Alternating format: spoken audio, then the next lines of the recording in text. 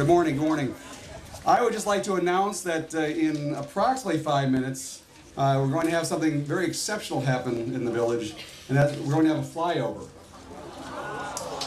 And that is thanks to a business owner in the village and a resident right next door, John Moskal. Let's give him a round of applause. It is scheduled to occur right at 10 a.m. and what you'll be seeing are the North American Aviation T6 Texans, otherwise known as SMJ-5s. They're single-engine trainer aircrafts. They use to train pilots of the United States Army Air Forces, the United States Navy, Royal Air Force, and during World War II and into the 1950s. So these are historic aircrafts. The Harvard, the name of it, is best known by outside of the United States. After 1962, the U.S. forces designated to be the T-6. It remains a popular warbird aircraft used for airshow demonstrations. It's kind of neat. We're going to have a few different pilots named John O'Connor, Vlado Lenik, and Doug Partle.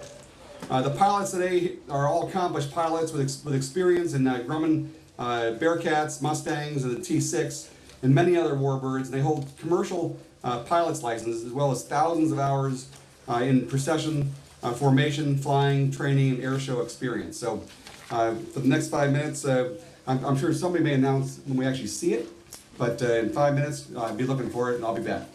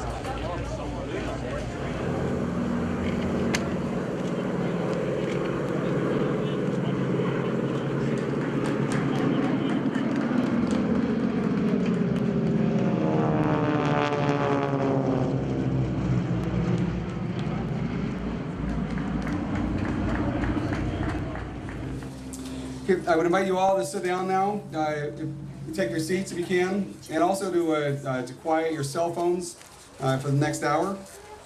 And I would like to invite Reverend Sid Frazen of Western Springs VFW Post to lead us in prayer.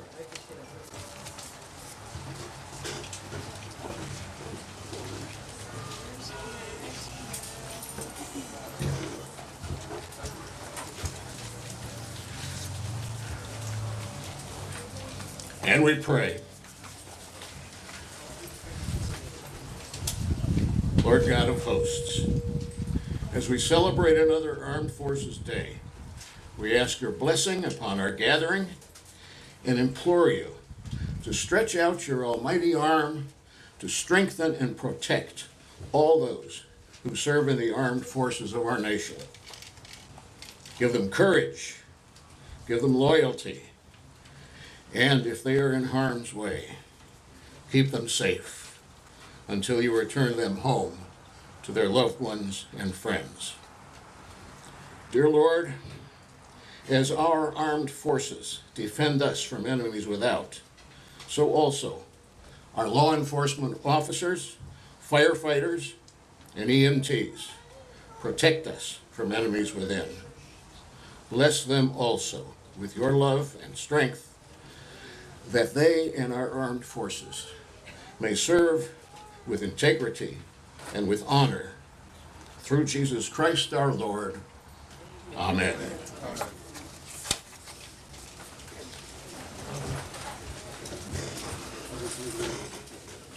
I would now like to invite the 416th Theater Engineer Command Color Guard to post the colors.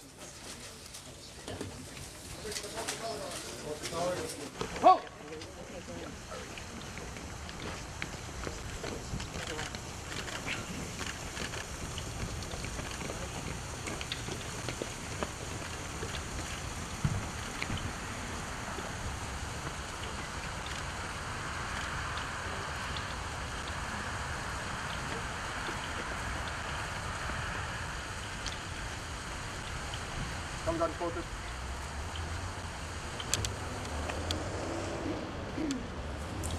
I would now like to introduce Tatiana Vidikovich to the microphone to lead us in the Pledge of Allegiance and perform the Star-Spangled Banner. Now, Tatiana happens to be a fifth grader at Pleasantdale Middle School and enjoys acting, singing, volleyball, and softball. She resides in Countryside with her parents and two sisters. Her father is here today. We are very pleased to have her with us today, and we thank her for sharing her vocal talents with us.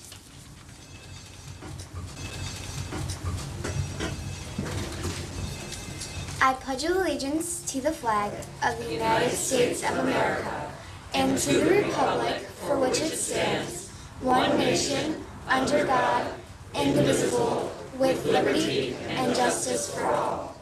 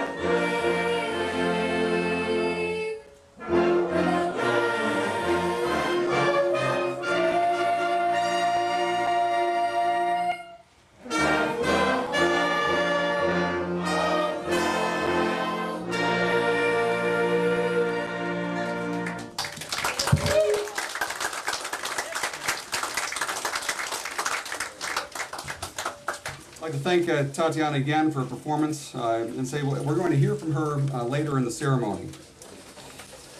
Yeah, this is a very unique holiday that we celebrate here in a very unique village. And it's for all the branches of the military and all the personnel, uniformed and civilian. And it was made, frankly, it was all made possible through the efforts of many people that are in the audience right now, the veterans that are part of the Veterans Memorial Committee that actually raised all the money to build this beautiful memorial. I'd like all the veterans that were involved in this memorial just please stand and be recognized.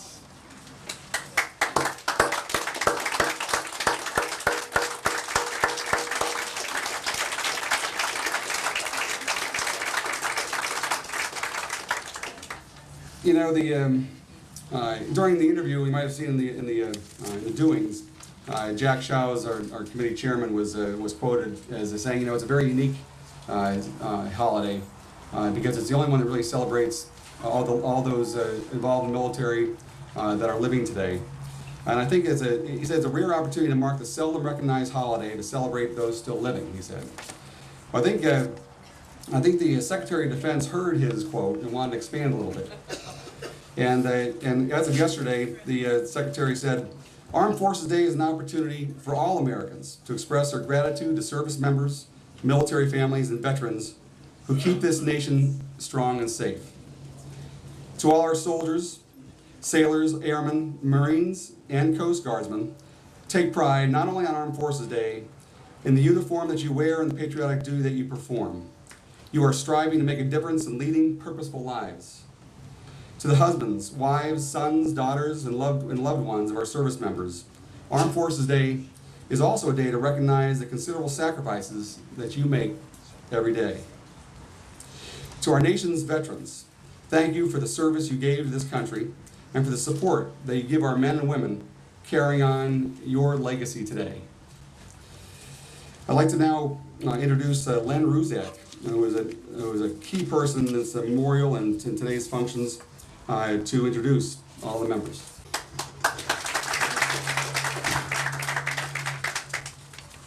Well, I have to tell you a little background about the committee.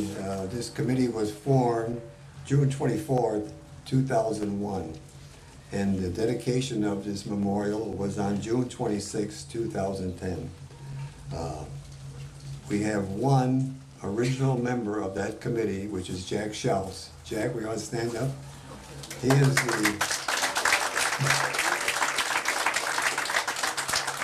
he's the only original member of the committee.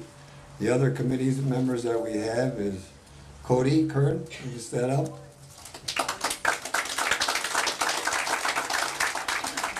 John Kern, will you stand up, please? And I don't know where John Moscow is. He's the man responsible for the flyover. I don't know, where are you, John? In the plane. But he's a new member of the committee, and he arranged this flyover. We're really honored to have this. Next, we also have one of our members, Ken Thompson. Ken Thompson is probably over there with the Army vehicles. He supplied our vehicles for the last 8 or 9 years at the parades and any function we had. And now we're proud to have him as a member. We have another member, Russ Smith. Russ, would you stand up? And we're honored to have one of our members that recently retired, Andy Anderson. Could you get up?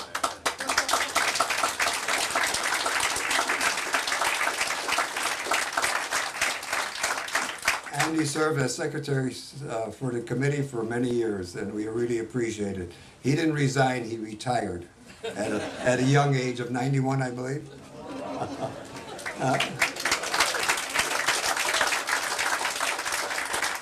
And I have to mention two of our members that passed away. Steve Zayers, who was a very active member, and Warren Kubisto. They did a lot for the committee, and especially in raising funds. And last year, Warren passed away about a week before this memorial. He wanted to be here, and he worked hard to make this memorial a success. And last year, I said, Warren's up there watching us, and he's going to guarantee us good weather. And he came through again for this year. And I hope he keeps it up for next year. Well, thank you very much.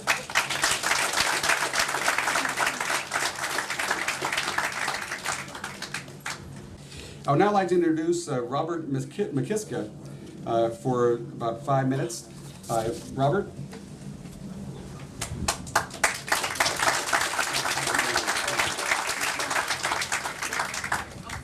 Good morning. Well, on behalf of Major General David Conboy, the commander of the 416th Theater Engineer Command, I'd like to thank you for this opportunity for us to be here and for your support.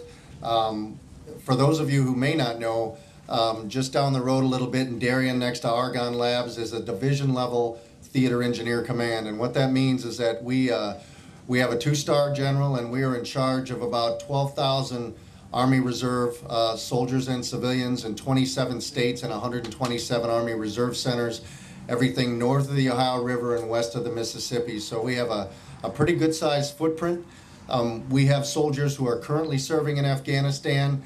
Myself and Staff Sergeant Thomas, who is in charge of the color guard today, just returned from a tour in Afghanistan, and we are very, very grateful for all your support.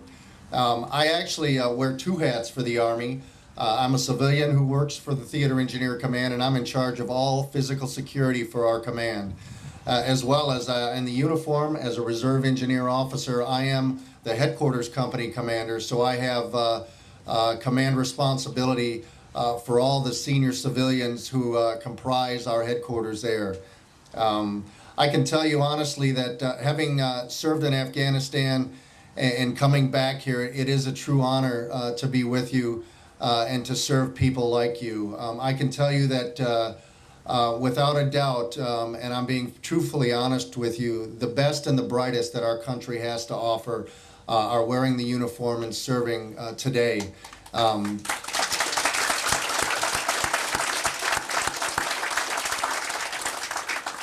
And having served over there, it was just an amazing thing to see the amount of dedication and true force of will that these individuals put into all of their assignments. And it's truly amazing to see the feats of some of them do. It is an arduous place. It's a combat zone, so there is risk. But it's still worth it, and you are what makes it worth it. Coming back here, to all of you, to this beautiful country that we have here, to the safety and security that's provided us, it is a privilege to wear this uniform. Sergeant Thomas, when he was over there, was in charge of the personal security detachment for the senior engineer, who is a 1-star and is now a 2-star, Major General Brian Watson. A true warrior, and Sergeant Thomas would go out daily outside the wire, as we say, to transport VIPs to and from different areas in Kabul, Afghanistan, as a dangerous mission, and he did that commendably. Myself, I was the battle captain for the Combined Joint Engineer Cell at ISAF Joint Command, and so part of my responsibility was to monitor what was going on in theater. And unfortunately, sometimes whenever there was an injury in theater with regards to engineers, I had to report that up and dig deep and find that. And that was a hard thing, because you know these people, some of them, you know the units and where they come from. I can tell you that in theater, engineers are doing a tremendous amount of work. We build roads, we have construction projects. Now that we're doing a drawdown, we actually are doing deconstruction. But one of the more critical missions that engineers do is route clearance. And route clearance is one of the most dangerous missions that you can have over there. And these soldiers, many of them are young, are out there with a series of vehicles, actually keeping the roads clean of improvised explosive devices. And a lot of times, that goes without any problems, but sometimes there is problems. And unfortunately, when it happens, these young men and women do get hurt. But I know that they appreciate your support and greatly value the support that we have. It was amazing, some of the stuff that was mailed to us. I received like 5 boxes from Duquesne Abate, a motorcycle group, of just stuff for us that they just went to Costco and it's just amazing the amount of support that people send over there, and it really does make a difference. So on behalf of the 416th Theater Engineer Command, Major General Conboy, Mr. James Murphy, who is a Command Executive Officer, I'd like to again thank you for coming out today. And I'd like to leave with just one quick thought. As we're coming up on Memorial Day, sometimes it's easy for us to think that we're getting a long weekend and we're going to take time off, but I would ask that you would think about the men and women that are serving over there. Think about the folks that have gone in different wars, past and current, who did not make it home. And as you're enjoying your time with your family and your friends, I'd ask that you would just take a moment of silence and express some gratitude to those who are serving currently. So again, thank you so much for coming out. It is a privilege to be with you today, and I wish you the very best.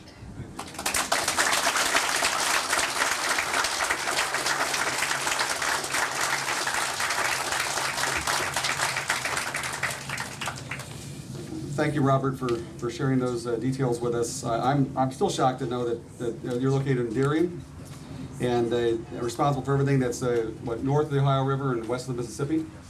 127 training centers across 27 states, right here in Darien. Well, thank you very much again for sharing your time and for your service.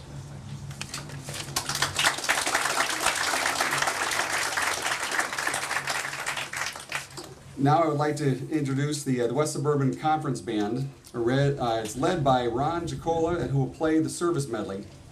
I'm going to ask all the members of each branch to stand when they hear their song.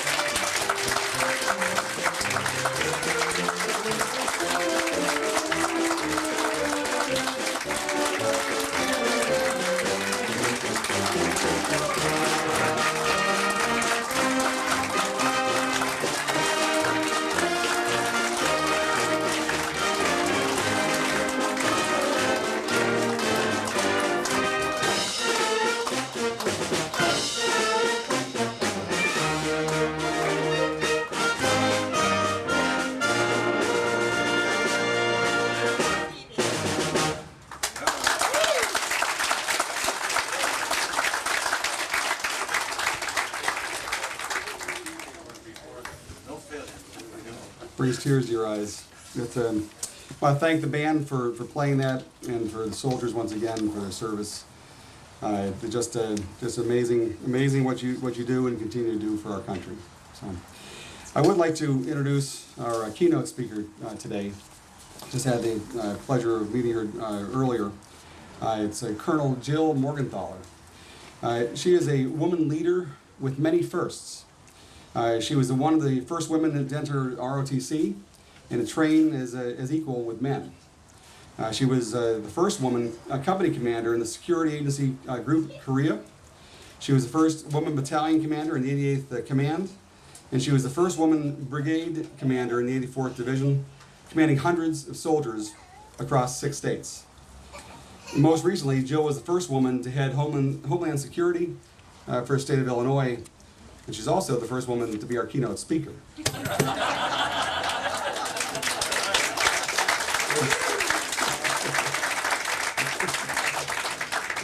Jill lives just north of here in Des Plaines with her husband, 2 returning young adult children, and 3 cats. Plus her dog Bert is helping her launch her professional career, speaking career. I want to hear about this one. And cheering her on as she works on her forthcoming book, From the Battlefield to the Boardroom, Secrets to Lead and Succeed. Jill told me today that her goal is for you, hopefully myself, to learn, laugh, and leave with one aha. Please welcome Colonel Jill Morgenthaler.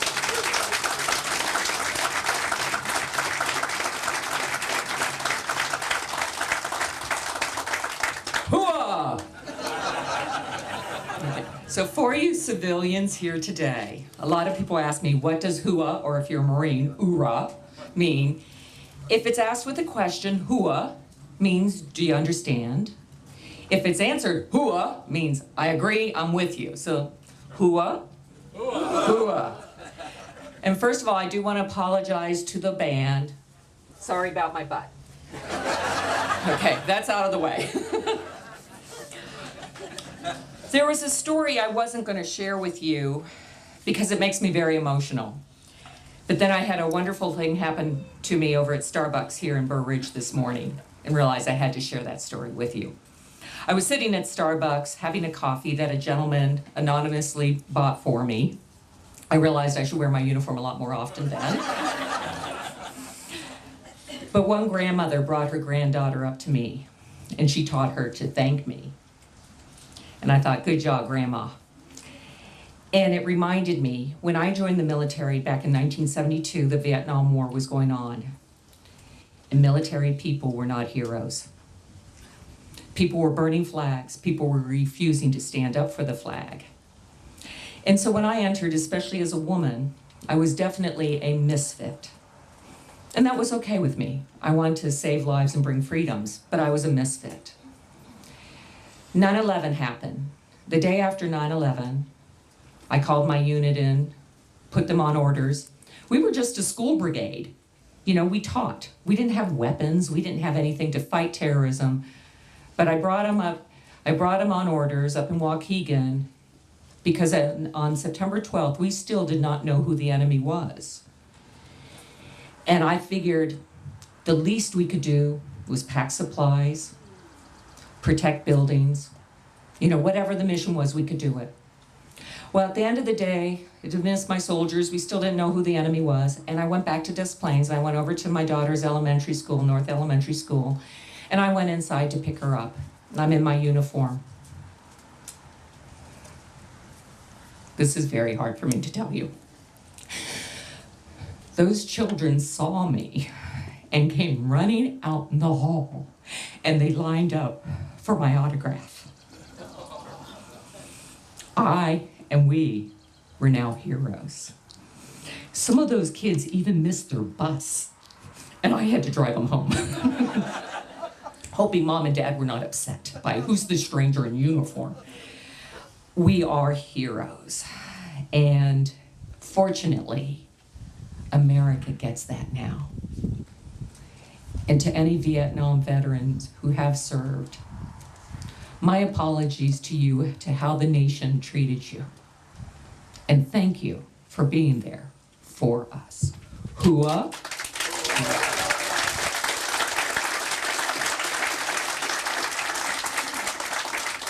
So January 2004, I'm at home up in Des Plaines, getting ready to go to work at Argonne, my civilian job. And, you know, I'm trying to get my ninth grader, Neil, out of the house to high school. I'm trying to get my daughter, Jamie, in 7th grade, out of the house to middle school. I still have Bert to walk, the 3 cats to feed. And the phone rings at 6:30 a.m.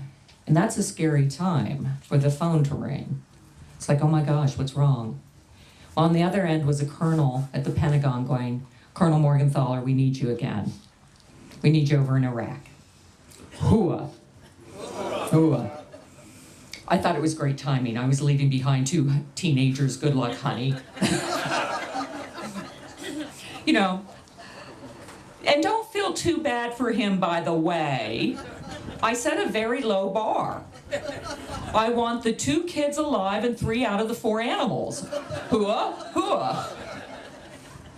So I went over to Iraq and I was running all the public affairs for General Sanchez. Now, Saddam Hussein had already been captured December 2013. He finally was going to go before a judge on his crimes against humanity, and I pulled rank. I told my soldiers, Marines, sailors, airmen, I'm taking the media into the courtroom. And so I escorted into this very small courtroom Christina Amanpour, Peter Jennings, Al Jazeera, Al Iraqia, Al Arabiya. There's no room for me in the courtroom. I'm hanging outside. Now, I wasn't in my uniform. The State Department had asked me to wear civilian clothes because we were downplaying the role of the military as we were transitioning over to the Iraqi government. So I'm in a long blouse, long skirt, and combat boots. I'm not hurting my sandals in that sand. So I'm just hanging outside. The bus arrives with Saddam Hussein. He gets off the bus. He's in shackles, his wrists and his ankles. And as he walks in, he's staring at the ground, trembling in total fear. And I watch him walk by and I think, oh, you think you're gonna have your hearing, get your sentence, and be executed today. You think you're gonna die today. Because that's the way he did it. I thought, ooh, welcome to Western justice. And I wondered, what's gonna happen when he realizes he's not dying today? Well, he went into the courtroom, very brave young Iraqi judge there. And eventually he realized he wasn't dying that day. And he started threatening the judge's family, everyone in the courtroom, what he was gonna do when he was back in rightful power. And finally, this very brave judge kicked him out. He comes swaggering out. And he sees me and he checks me out. Like I'm a blonde broad waiting for him. Don't think so, dude. So I start staring right back at him. And I'm remembering what General Sanchez said. General Sanchez said when he had looked into the eyes of Saddam Hussein, he saw pure evil. So I'm looking, because I don't know what pure evil looks like. And I'm looking and I'm like, I don't know about pure evil. Dirty old man, yeah.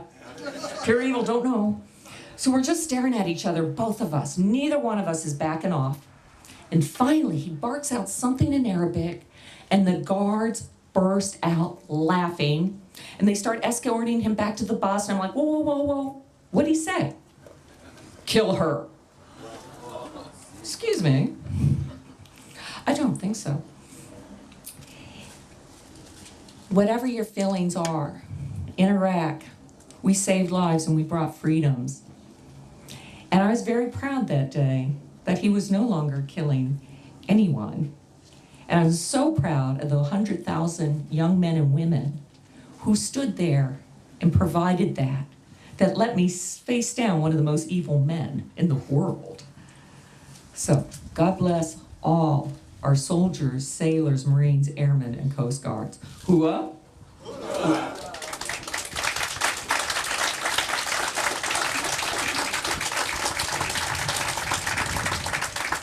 One thing I've learned in the military is we all have our individual stories, but they have universal truths. So I'd like to share a story or two with you on leadership to give you that aha. and kind of share with you some of the things I faced. But what a great nation we work for, and what great lessons I have learned. Now, you heard I was in that first group of women in ROTC. It was actually an experiment that year, an experimental class to see if women could actually do this. Fortunately, being 18 years old in college, I was pretty clueless and had no idea it was an experiment. My mother told me years later, you know that was an experiment. No, I had no idea. Well, there were a lot of men who were very angry that we were there as women. And luckily, my father, a Marine, had warned me. You see, after your junior year in college, you go off to summer camp, leadership boot camp. And he saw me packing away, and I'm humming, and I'm like, well, you know, I did great at Girl Scout camp. I can do great at Army camp. And he's looking at me, he thinks, oh my gosh, she's clueless. And he goes, Jilly Bear, they don't want you there. Sure they do, Dad. I've got my orders, I got my plane ticket. No, honey, they don't want you there. They're gonna try and break you down. Of course they are, Dad, that's boot camp. They break you down, build you up. No, sweetie, they don't want women there. Your presence means our military will be sissified. And if we have a sissy military, the communists will win. And that's what you represent, the communists winning. I'm like, whoa. He said, that's okay. You're facing tough times, but you're tough. Hoorah. And of course, I answered Army, hooah. So I went down there, but it was fun. Because as many people who were against me, I hung in there. And I'm probably a far better officer because of those challenges. The one lesson I got to teach the Army that summer is that there is no weakest link. We all have talents. And our job as leaders is to find everyone's talent and use that and go forward. So there we are, and this is going to bring memories back to you, Captain. ROTC summer camp, it's obstacle day. And we go jogging up, and we don't know what obstacle it's going to be in front of us, but you know, you have to go from A to B, and something's going to be in your way. Well, this obstacle blew my team's mind and mine. I'm the only woman on the team, but we all froze in place. We were just shocked at this obstacle. The obstacle was a wall of barbed wire, and then the ground painted yellow, meaning it was contaminated. So from A, you had between you and B, barbed wire, tear your skin, cut your flesh, barbed wire, and then painted ground. Only 2 tools were we given. On the far side was a plank of wood. Above the wall of barbed wire was a rope. Cadet Muskorski, he was a big guy from West Virginia. He was actually in charge of that obstacle, fortunately. And so we stood there all frozen, And then he got it. And he said, okay, I'm the big guy. I'm throwing myself on the barbed wire. Morgenthaler, you're the little guy. And among all those men, I was the little guy. Never been considered myself the little guy, but I was the little guy. He goes, Morgenthaler, you're the little guy. You're gonna run on my back. You're gonna swing. You're gonna make it past the yellow ground. You're gonna get that plank. You're gonna throw that plank back. I'm gonna lay it down. We're all gonna run up, swing, and we're gonna do this. Hooah! And I said, no hooah. What do you mean you're laying yourself on barbed wire? What do you mean I'm running on your back? Shut up, do it, hooah! So he's rolling down his sleeves, he's putting his hat over his face, and I'm thinking, light as a butterfly, light as a butterfly. And if we only had YouTube to capture that moment, I never ran so fast in my life. He throws himself on the barbed wire, I run up his body, I swing like Jane in a Tarzan movie. I land on the far side, the adrenaline's pumping, I pick up that plank, I throw it, he catches it, he lays it down, all the men run up, swing, we do it, we make it, we're chest bumping them. That's when I learned how to chest bump, we're chest bumping. And then the officer in charge said, cadets, get over here. And I thought, oh my gosh, what did we do wrong? And when you do something wrong, you do push-ups. And that summer, I felt like my whole face knew Fort Bragg, North Carolina for everything I did wrong. And he looked at us and he said, cadets, you just broke the all-time record for that obstacle. Ooh, that would be the team with the girl, the little guy? Huh? Every one of us has talents. It's up to us to find them, and as leaders, it's up for us to find our fellow men and women's talents. I'd like to finish with 2 more stories. Number 1 is every one of our soldiers, everyone who has served, has touched a life, improved a life, and maybe even saved the Western world as we know it.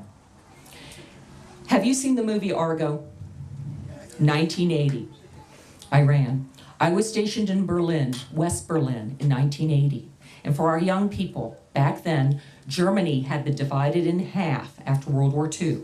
The western half was communism, western half was democracy, the eastern half was communism. Berlin was in the communist side. Berlin was divided. The western half was democracy, the eastern half was Berlin. In Berlin, we called ourselves the little island of democracy surrounded by communism because we had communist East Germany, communist Poland, communist Soviet Union. 1980, very tense time. The Soviets had just invaded Afghanistan. We stood up because the Pentagon and the White House were thinking about we might attack the Soviets for attacking the Afghanis. Let me tell you, if you're in Berlin, we knew we were surrounded. We knew if we went to war, we were either POWs or dead. And I wasn't sure which was better. High time of tension. I was a security officer, and one day I came back to my bachelor's officer's quarters to have lunch and walk my dog, Beauregard. And after I tucked him away, there was a captain in the infantry and a lieutenant in the post office just sitting on the stoop. So I went and joined the 2 guys, and we're talking. And the lieutenant looks at us and he says, "Hey, y'all want any Soviet souvenirs?" You see, when you went through Checkpoint Charlie or the other checkpoints, if you left a Playboy magazine on your windshield, they would swap it out for a belt buckle. Well, seriously, how many Playboys before I'm a pervert, you know? So I said, "No, I don't want any Soviet souvenirs. You know, I don't need any more belt buckles." He goes, "Oh, I'm not talking about belt buckles. I'm talking about Soviet fur hats and fur coats." And I thought, oh my gosh, what do the Soviets want from this lieutenant? He just runs the post office. What are they trying to get from him? And I said, "You can't get me that." "Yes, I can. I can get you antiquities from Greece and Turkey, too." "What do the Soviets want from this lieutenant?" "Really? What else can you get me?" "Well, I can get you weapons. I can get you wined and dined in East Berlin." "Really? What else? What else?" And I just kept charming him. Charm is a verb. And I kept charming him. And finally it came out. I said, "What else are you getting?" He goes, "Well, the Soviets are going to give my brother a tour of Eastern Europe." "Cool. What does your brother do?" "Well, he's a satellite engineer with Lockheed."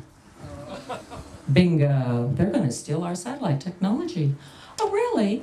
Awesome. Oh my gosh, do you see what time it is? I got to get back to work. See you guys later," especially you. As soon as I got around the building, I ran into the headquarters. I burst into the colonel's office. As a captain, bursting into a colonel's office, that's like a 4th grader bursting into the principal's office. You don't do it. So I burst in the colonel's office and I went, "Sir, you're not going to believe what the Soviets are doing." And he goes, "Captain Morgenthaler, what are the Soviets doing?" I go, "Well, sir, they're going to kidnap a satellite engineer from Lockheed." "What?" Next thing, military intelligence swept up the lieutenant. The FBI back in Sunnyvale swept up his brother. And in the words of my children, I saved the Western world as we know it. So ladies and gentlemen, you never know who you are touching and who you are helping. Hooah, hooah. And I want to sell that story to Hollywood. We have been blessed to serve this nation. Here, right in this room, we have people who have fought against fascism, communism, and terrorism. There are people, both abroad and here, who would destroy the American way. We saw that in Boston. These terrorists think they know Americans. They see our generosity, and they believe that that is a weakness. They shake our soft hands and do not understand that underneath there is iron. And they witness our diversity of race, religion, ethnicity. And they do not understand that within every Arab American, Irish American, African American, Chinese American, within every hyphenated American, there beats the heart of an American. They, hua to them, hua to us. They can run, they can hide, they cannot win. We will find them. And what comes to mind to me are the words from the movie, A Few Good Men. I really feel these words represent what we do. Son, we live in a world that has walls, and those walls must be protected by men and women with guns. And my existence, although grotesque to you, saves lives. You don't want the truth, because deep down in places you don't talk about at parties, you want us on that wall. We use words like honor, code, duty, loyalty. We use those words as the backbone to a life spent defending something. I have neither the time nor the inclination to explain myself to a man who rises and sleeps under the blanket of the very freedom that I provide. I'd rather you just said thank you and went on your way. Otherwise, I suggest you pick up a weapon and stand a post. Ladies and gentlemen, I'd like to end with the finest moment in my military history. I wish you'd been there. My finest moment wasn't meeting Saddam Hussein. Might have been his finest moment. It wasn't mine. My finest moment was right before I retired, 2006. I was invited to a big military gala, and I was asked to present a saber, very heavy sword, to Sergeant Dusty.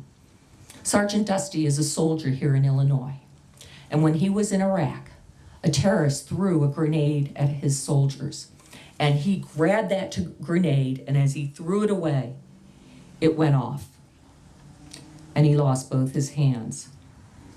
On his left hand, though, he had enough of a wrist left that they put on a prosthetic device, a prong.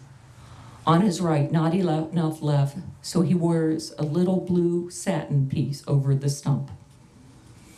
I stood there holding this heavy saber, wondering, how do I give this to him? And my emotions were right on my face. And he saw me and he said, "Ma'am, I've got it." And I put that saber between the prongs, and he held it, and then he took his stump and he pushed the weapon down, and he saluted me. There is no finer salute an officer can ever receive. America is blessed. Hua. Hua. Mayor.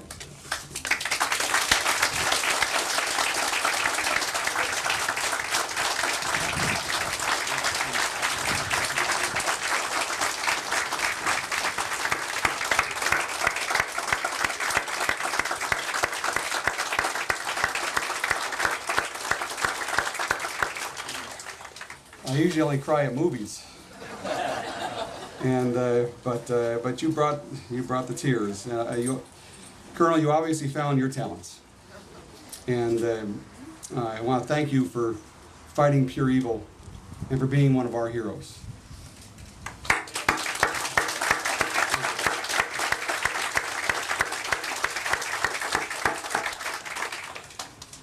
I'd now like to ask Tatiana to once again come up for her rendition of America the Beautiful.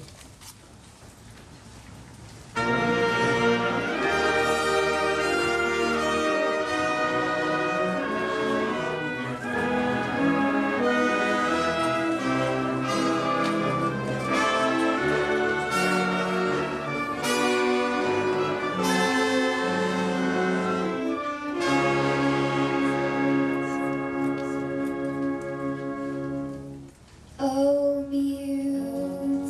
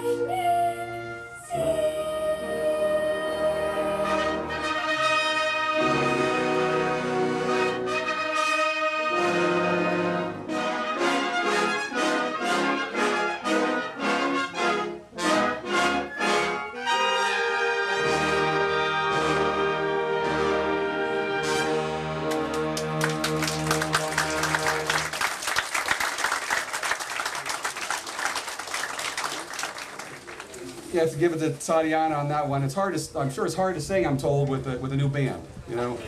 But she did a phenomenal job.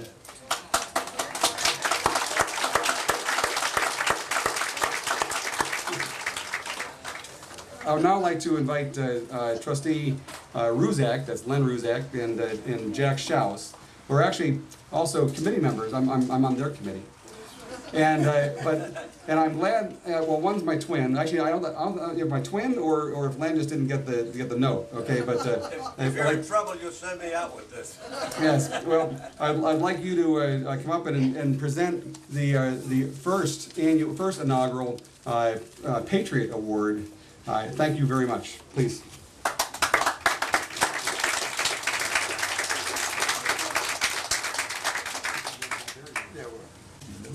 This is a real honor for me. This is the Burr Ridge Veterans Memorial First Award, and we couldn't find a more honest, deserving person as Jack Lund.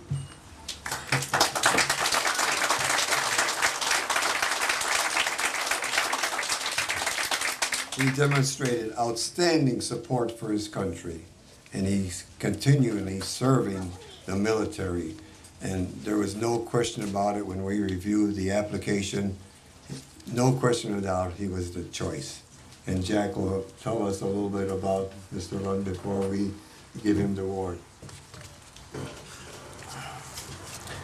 I have the privilege of introducing Jack London and some of the things he did.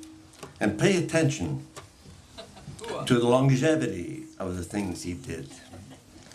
This World War II Navy veteran is being recognized for his unselfish service in supporting patients in spinal injury ward at Hines Hospital for almost 20 years. Jack has been a leader in raising funds on Poppy Day in Western Springs for almost 20 years. For that same period, he was involved in organizing the VFW Western Springs Memorial Day Parade. For the last 2 decades, he was always available to attend events for the young students so that they can learn about veterans. Whenever asked to be at a VFW function, Jack always volunteered. These and other outstanding efforts make him deserve the honor of being the first recipient of the Distinguished Award. From one Army soldier to one Navy sailor. Well done. Well done.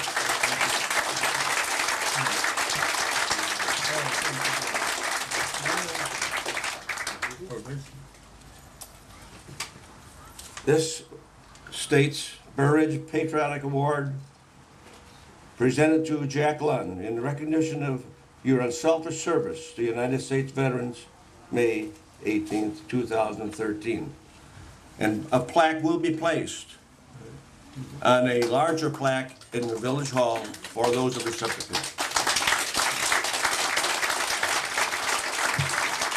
Would you hold that for a presentation, for a picture? Put it by you.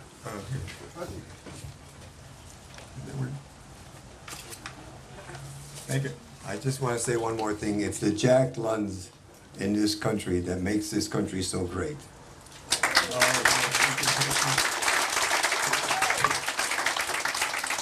Well, thank you very much for this special honor. And thanks to Jim Boland for the initial nomination. It's been a good life so far. got a great family. My granddaughter Annie is here somewhere. There she is. And I've had a satisfying career in my chosen field of art and design and won a bunch of graphic awards along the way. And that experience helped when it came to publicity, posters, award certificates, and plaques. By far the majority of the stuff on my computer now is for the VFW. I worked till I was 70 and a half and then went skydiving to celebrate. I have particularly enjoyed my membership in VFW Post 10778. I was a charter member in 1989 and went through nearly all the offices and was elected post commander in 96. Something that bothered me was not being able to be active as active as I would have liked while I was working. So I decided to make up for it when I retired in 95. Since then I've put in close to 900 hours volunteering at bingo at Heinz Spinal Injury Ward. But I just wanted you to know that's nothing compared to Dick Dembski, Bud Vavra, Walt Bergenthal, C.D. Ulrich, who were here, and Bob Miller, who built up big hour numbers while I was still working, or Terry Sarita, who was volunteering nonstop for everything. That's why we named a park for him in Western Springs. I've been on the parade committee for 19 years, trading off with Jack Schaus a couple of times, chairman and co-chairman for most of the time. And it isn't over yet. We still have programs with the sponsors list on the reverse to get to the printer and back, and the car banners, posters, parade lineup, ultimately the tolling of the bell for the fallen. But the most rewarding job for me has been Poppy Chairman, which I've done contiguously. As you know, Poppy Days are when we collect money to refurbish our relief fund, which goes to help hospitalized vets and other charitable causes. In my 18 years as chairman, we've collected nearly $140,000, which went primarily to Heinz Hospital and Fisher House, plus another $3,446 for Hurricane Katrina relief in September '05. My personal part of that $140,000 amounted to about $23,000. But in the 2 days, well, what I wanted to say is I lost my wife of 62 years in 2010. Bev also helped with Poppy collections, bringing in more than $2,000 over the years. One of my souvenirs of her is a sign she put on the bulletin board in my office, which shows the word yes with a red ring and a diagonal bar over it. In other words, stop saying yes. People sometimes ask, what's the secret of a big collection? I could give a biblical source from Matthew chapter 9, verse 35, the harvest is plentiful, but the laborers are few. And from Romans chapter 5, verse 1, endurance produces character. It's pretty basic. Anyone can do it. Just put in a bit more time. Now, most of you receive pitches in the mail to send money to help hospitalized veterans. And that's all well and good, but all of those organizations have well-paid staff and management. Now here comes a commercial, get your notepad. If you'd like your money to do the most good, the most efficient way would be to send it to VFW 10778, Post Office Box 73, Western Springs, Illinois, 60558, marked Relief Fund or Poppy Fund. We don't charge a dime for overhead. 100% goes to help the vets. Or you can mark it Parade Fund and help sponsor our parade. In either case, we welcome your contributions and thank you for your donation to a worthy cause. That's VFW 10778, Post Office Box 73, Western Springs. Thank you very much.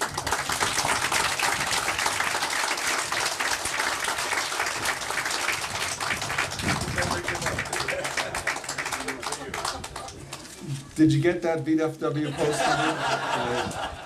Just in case. Thank you, Jack, for coming here today, and congratulations once again. It's an incredible award. Matter of fact, your name is going to be forever memorialized in the Village Hall as of next week. So thank you again for coming today.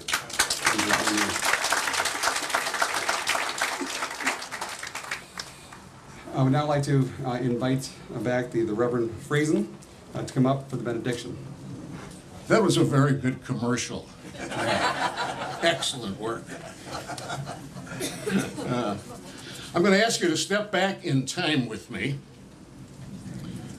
to June 6, 1944, the Normandy invasion of Hitler's fortress Europe, called D-Day.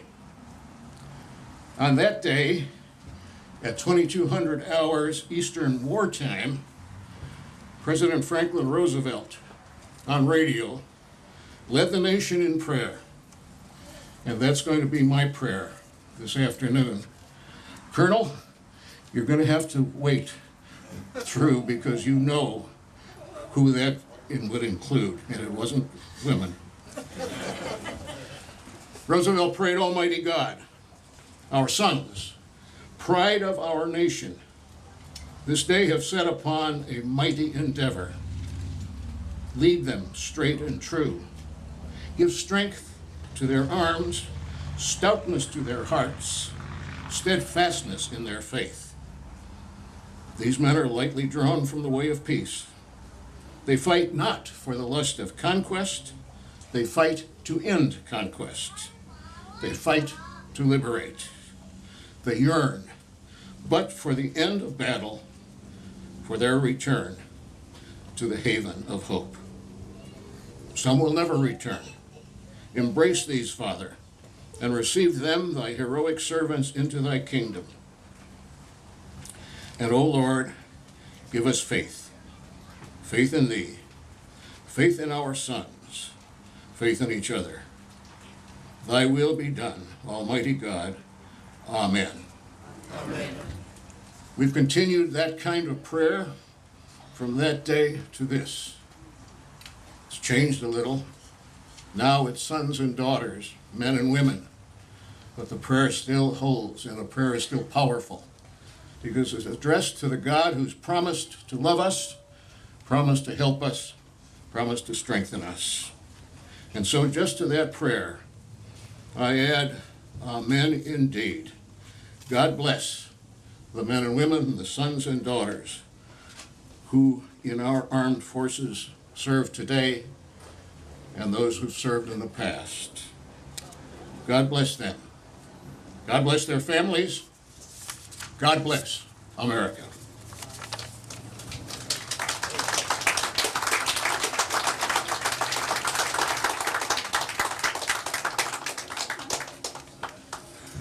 I want to thank the Reverend Friesen for his prayers today and for really being a great role model for God, family, and country.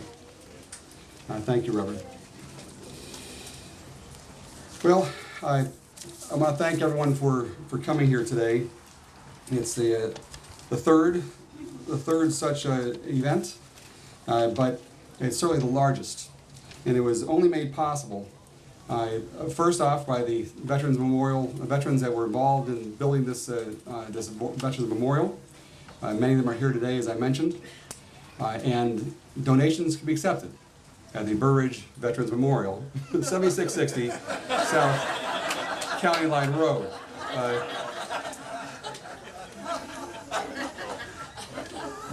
I'm just learning. I'm just learning. She wanted me to learn today, and I'm learning. Okay, so it's that's it. And it was also made possible through the. It could only be made possible through the efforts of Lisa Shiner.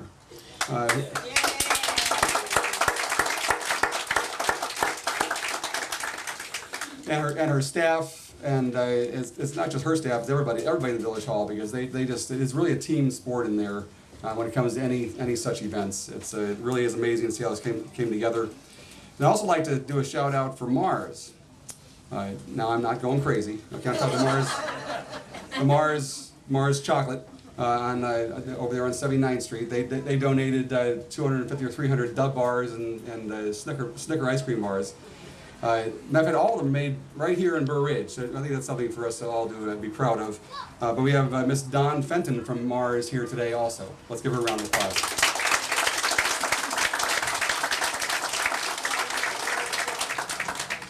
Oh, by the way, for those of you who don't know, my name is Mickey Straub. I probably should have said that early on, otherwise known as Mayor Mickey. Okay, make it easier. But this is an incredible day, Armed Forces Day. It is a day that was started by President Truman as a way of showing unification of all the branches of the military under one roof, the Department of Defense, as well as to share one holiday. And as I read on Wikipedia, which you never know it's 100%, but I think it is. I think 1962 it was actually made a national holiday by President Kennedy. And I read that, I thought that's pretty ironic because that's the only president that we actually quoted out here on the memorial. This day, just like this memorial, symbolizes unity and symbolizes freedom. Just as this memorial to your left, it has the trellis is held up by 5 columns, each signifying and symbolizing each branch of the military. And just like everyone here today, that trellis stands on the columns of the military, and all the veterans here, I just want you to know that, thank you again, we stand on your shoulders. Thank you. Thank you.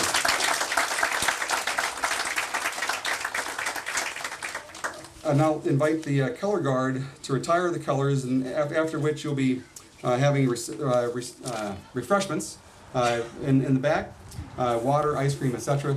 But if you all stand now for the retiring of the color guard.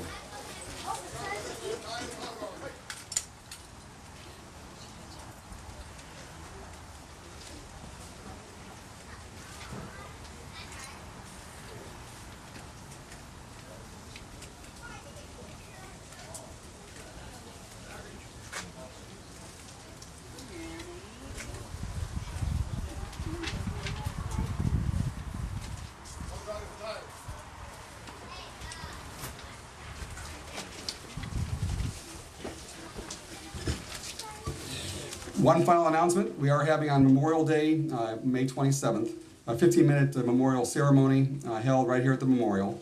The program will consist of a few words of honoring those who paid the ultimate price and died for this great country. The program will close with the laying of the wreath and playing of taps. And with that, God bless you and God bless the United States of America.